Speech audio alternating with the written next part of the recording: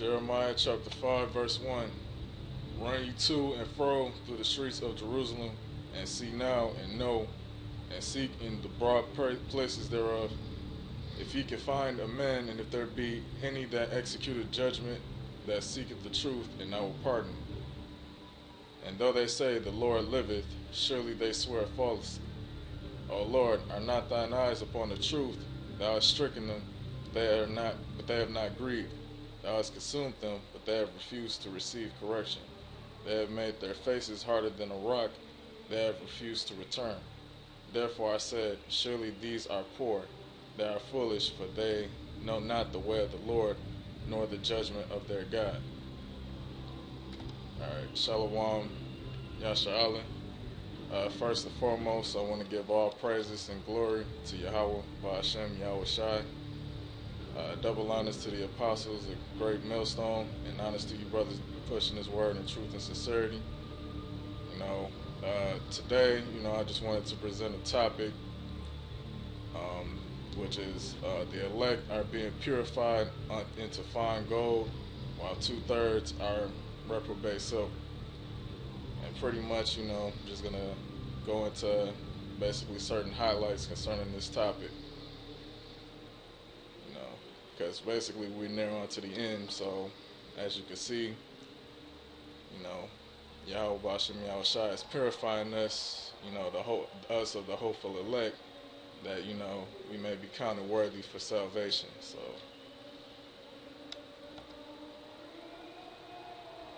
basically, starting off with the first scripture as far as the introduction,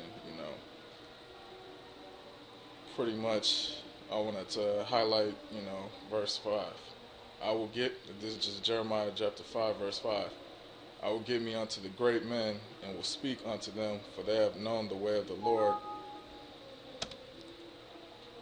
and the judgment of their power, but these have altogether broken the yoke, and burst the bonds.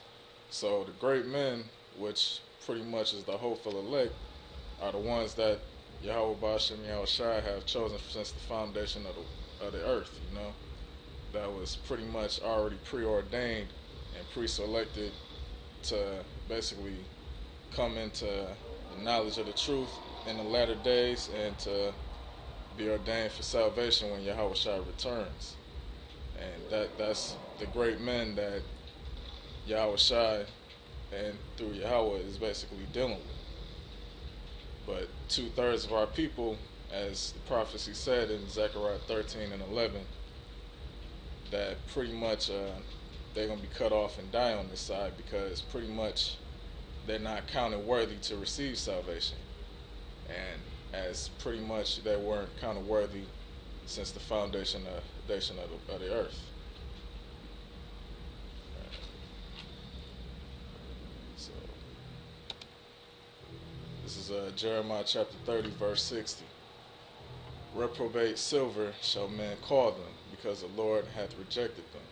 Right, because 2/3 of our people aren't really meant to receive the knowledge of the truth, that basically through Yahweh Shai they can make it for salvation into the kingdom.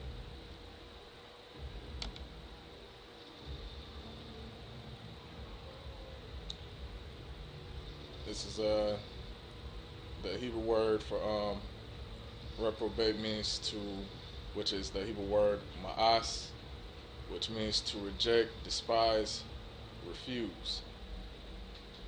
Just like the Lord had rejected Saul from being king over Israel, because pretty much he was disobedient to the words and the commands of the Most High, and therefore the Most High rejected him. So that's pretty much how the Lord looks at the 2/3 of our people. So really, we aren't really to care or to have dealings with the 2/3, because pretty much you pretty much find yourself basically alone in this truth, because pretty much being around the 2/3, you pretty much putting on the same demons that they have on them while they're out in the world.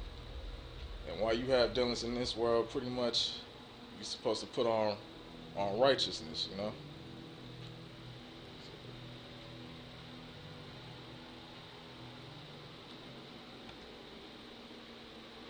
This is John chapter 3 and 18.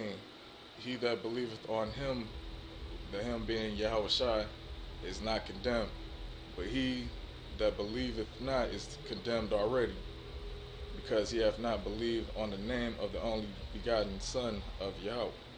So, I mean, you got examples out there like Old Testament Israelites calling themselves only believing in the Old Testament, but pretty much without believing on Yahweh Shai, you have no access to the Father, for one.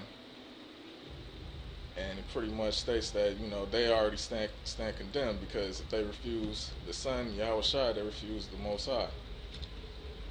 And this is the condemnation that light, which is the light that is representative of Yahweh Shai, is coming to the world, and men love darkness rather than light because their deeds were evil.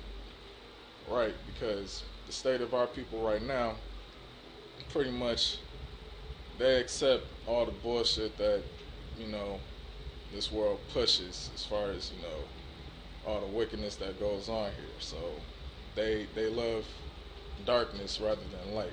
They would rather continue on in their wickedness and rather go on to destruction rather than come back to the law, statutes, and commandments and adhere to the truth.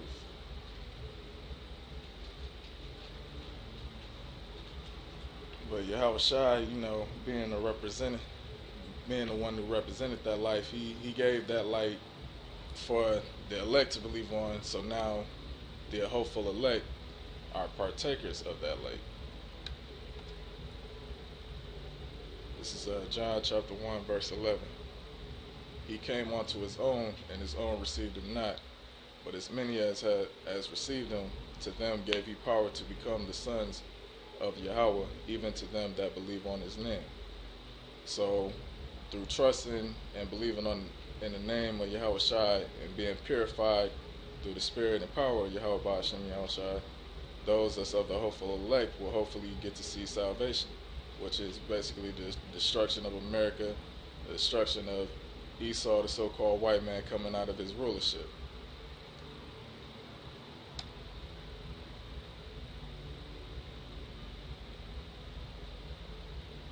And what's basically, part of that hope is, pretty much coming out of the mindset and thinking of, basically the world, this wicked world that we live in currently. This is Romans chapter 12, verse 1. I beseech you therefore, brethren, by the mercies of Yahweh, Ba'ashem Yahweh Shai, that ye present your bodies a living sacrifice. Right. Holy, acceptable unto the Most High, which is your reasonable service. Now, pretty much, basically, if you making yourself a holy sacrifice, basically you got to separate your mindset from the ways and thinking of this world. Like, pretty much, you used to think that, it was alright to smoke weed and, get high, or, basically think that being a nigga out in the world was a thing to do, But but now it's time to like come out of that whole frame of mind,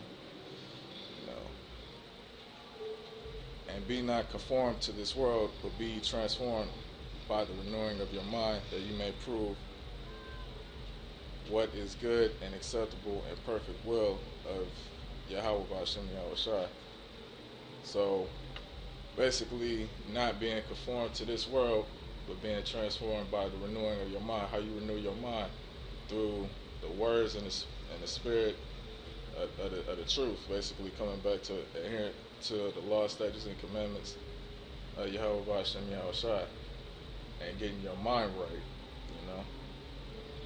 Basically, putting away the old thoughts and how you used to think. Basically, that old nigga, so to speak. I mean, why would you want to conform to a world where pretty much, folly is set in great dignity? You got stupid ass niggas out there in the world, You got faggotism at an all-time high, being basically the norm, so to speak, where basically pretty much Yahweh Shem Shai basically promised to the scriptures that basically those that's going to be partakers in that is going to receive of the same plagues as Sodom and Gomorrah, you know, or that equal rights bullshit where women is on the same footing or equal to men, you know, or like the black consciousness community talking about the black woman is God, you know, that bullshit. I mean, or that what natural Tahuti fucking the man is just as nothing but a degenerate female or some bullshit like that, you know. That's not the type of mindset you really want to conform to. You know, pretty much the mindset of the scriptures is basically, you know, man is over the woman whether she likes it or not, and that basically the man is to rule over her, you know. Not this fucking faggoty matriarchal society that basically Esau put together for 2/3 of our people to follow, you know.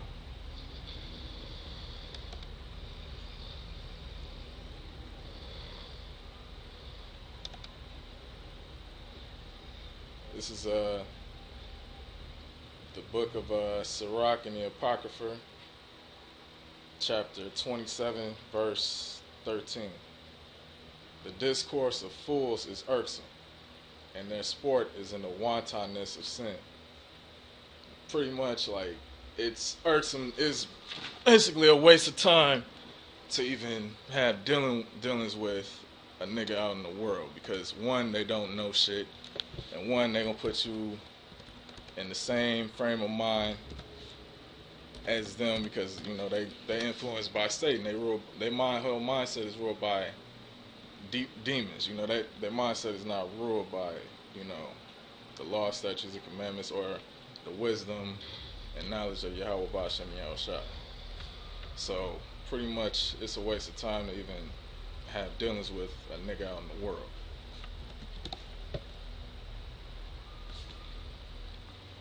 As you can possibly hear, if you know, if my volume is picking it up, we got a St. Patty's celebration, because you know St. Patrick's Day is coming up.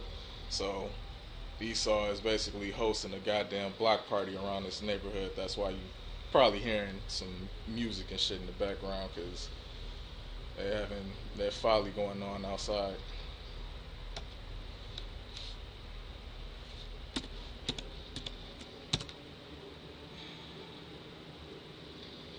So yeah, let's take a look at that word wanton, because that's, I mean, pretty much the scriptures say folly is Satan great dignity. So that pretty much sums it all up in one word, as far as what 2/3 of our people, what can describe 2/3 of our people and what they're into, and what the hopeful elect would strive to not be, you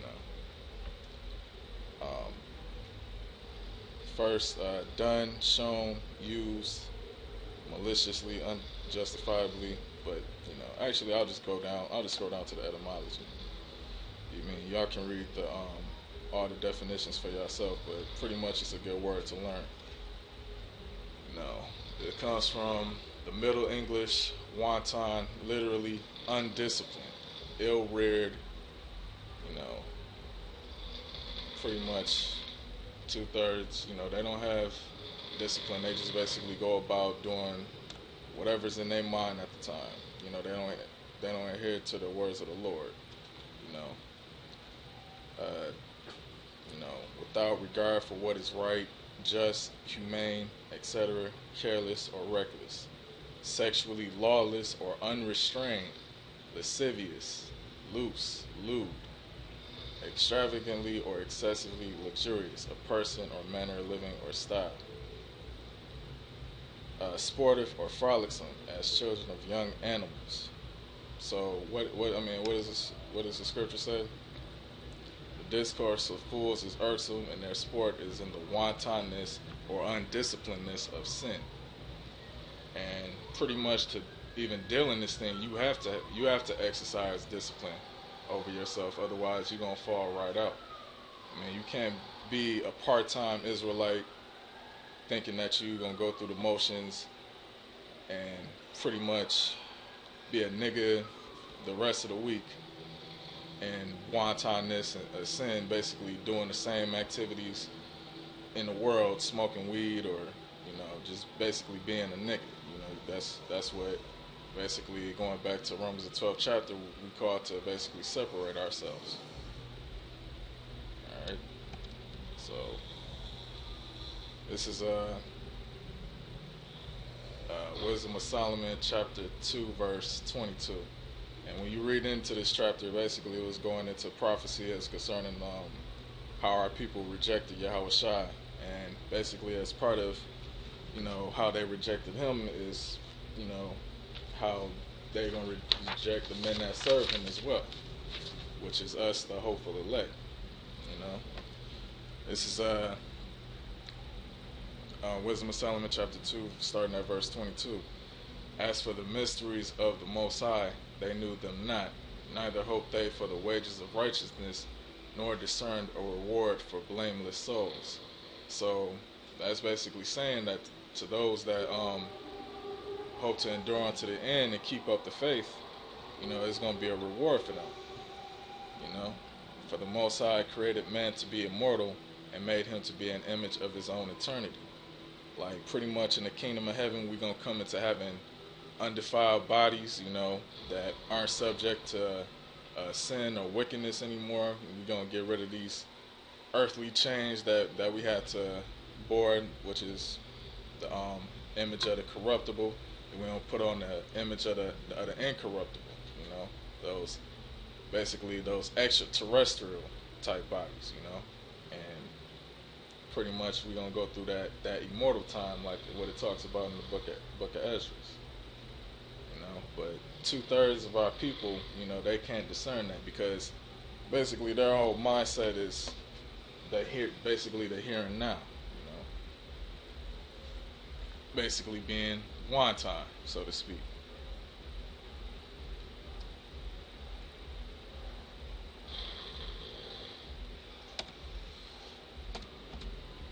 Alright, so this is Wisdom of Solomon chapter 5. I'm going to start at verse 13. Even so we, in like manner, talking about the 2/3, as soon as we were born, began to draw to our end, and had no sign of virtue to show, but were consumed in our own wickedness.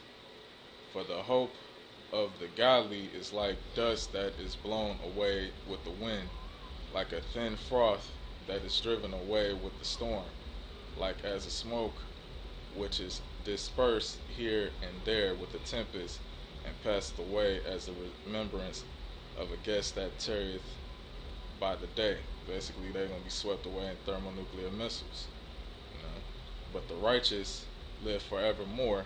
Their reward also is with the Lord, and the care of them is with the Most High. There you go, talking about that, pretty much that reward to those that endure unto the end, the hopeful elect through the spirit and power of Yahweh Bashem Yahweh Shai. Therefore shall they receive a glorious kingdom and a beautiful crown for the Lord's hand, and a beautiful crown from the Lord's hand. For with his right hand shall he cover them, and with his arm shall he protect them. He shall take to him his jealousy for complete armor, and make the creature his weapon for the revenge of his enemies. He shall put on righteousness as a breastplate, and true judgment instead of a helmet.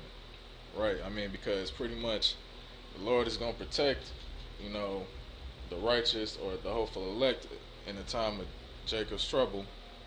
And instead of basically entrusting in, Esau's technology like the sword or the modern day gun, like maybe 2/3, maybe talking about as far as what they're going to do when Esau decides to implement martial law instead of coming back to who they are, which is coming back to Yahweh Bashem Yahweh Shai. The righteous basically is going to be protected and covered through Yahweh Shai in that time. He shall take holiness for an invincible crown. His severe wrath shall he sharpen for a sword, and the world shall fight with him against the unwise. Then shall the right aiming thunderbolts go abroad from the clouds, and from a well drawn bow shall they fly to the mark. And hailstones full of wrath shall be cast as out of a stone bow, and the water of the sea shall rage against them, and the floods shall cruelly drown them. Yea, a mighty wind shall stand up against them, and like a storm shall blow them away. Thus iniquity shall lay waste the whole earth, and ill dealing shall overthrow the thrones of the mighty. That's talking about Esau basically being put out of power, basically. You know.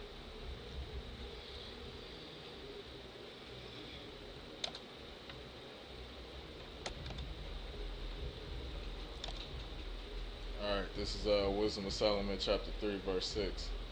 As gold in the furnace of Salakia. But the souls, Salakia, I'll start at the top. Wisdom of Solomon, chapter 3, verse 1. But the souls of the righteous are in the hand of the Most High, and there shall no torment touch them.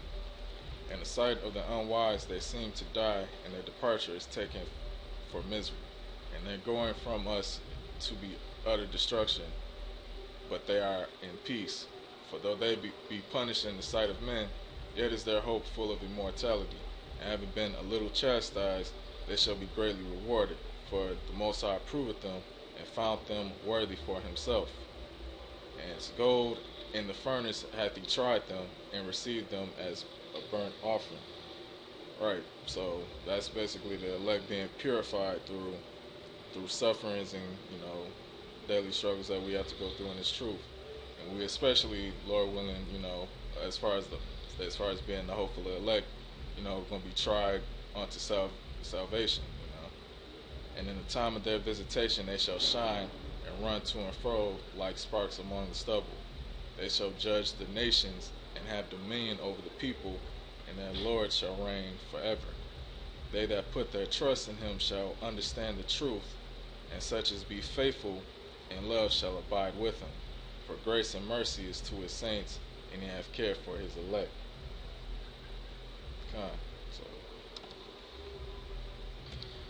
Alright, so as verse 6 says, as gold in the furnace hath he tried, and hath received them as a burnt offering. So basically that's showing you that the elect is being purified unto fine gold. This is Lamentations chapter 4, verse 1. How is the gold become dim, and how is the most fine gold changed? The stones of the sanctuary are poured out in the top of every street. The precious sons of Zion comparable to fine gold. How are they esteemed as earthen pitchers, the work of the hands of the potter? Right, so 2/3 of our people, they comparable to pretty much dross right now. They're not comparable to the fine gold as the hopeful elect will be purified onto, which is why they got basically that destruction coming to them. This is Isaiah 48:10. Behold, I have refined thee, but not with silver. I have chosen thee in the furnace of affliction. So pretty much, that's saying that basically what's going to ultimately build our character and ultimately purify us for the kingdom of heaven to be acceptable unto Yahweh Shai when he returns is that purification through affliction. If you ain't really going through anything, especially at this point when we draw close to the end, you might want to examine yourself.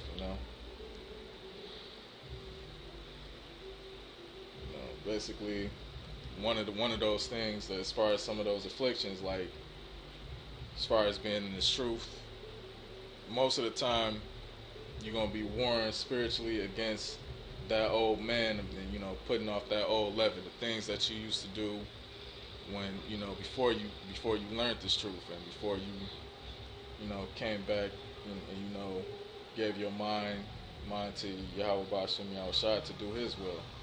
Most of the time that's going to be the thing that you may have to fight against constantly by trying to stay in the spirit constantly, and being in the word constantly, and not having your mind focused on the old things that you used to meditate on, you know.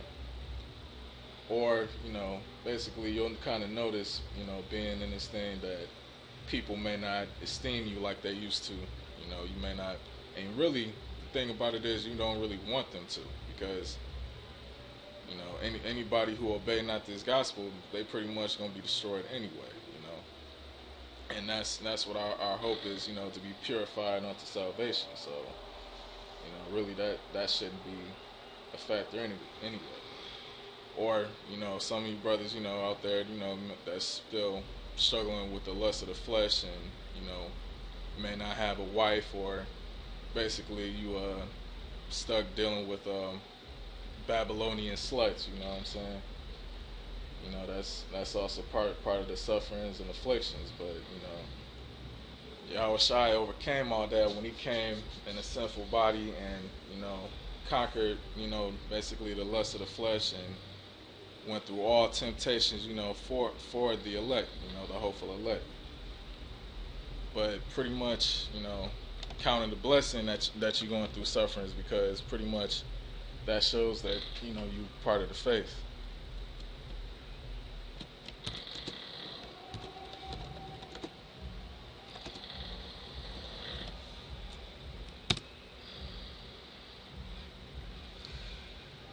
This is 1 Peter chapter 4, verse 13. But rejoice, inasmuch as ye are partakers of the anointed Yahweh Shai's sufferings, that when his glory shall be revealed, ye may be glad also with exceeding joy.